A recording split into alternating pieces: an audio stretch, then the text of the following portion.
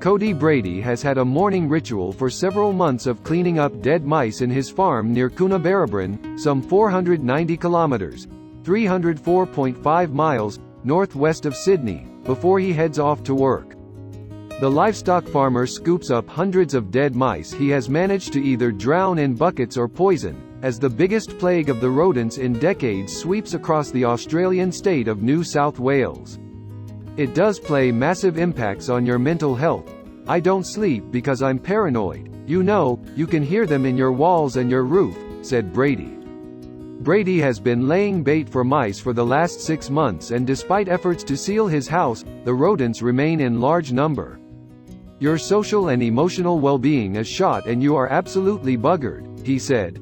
The region has been battling a mice plague for several months after heavy rains in recent years relieved the country's worst drought in 50 years. The wet weather not only helped produce the country's largest ever grain crop but also provided ample food to mice.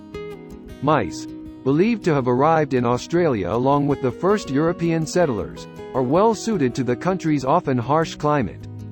They can survive long periods of dry weather, and when the weather turns, they thrive and rapidly reproduce as food and water becomes available.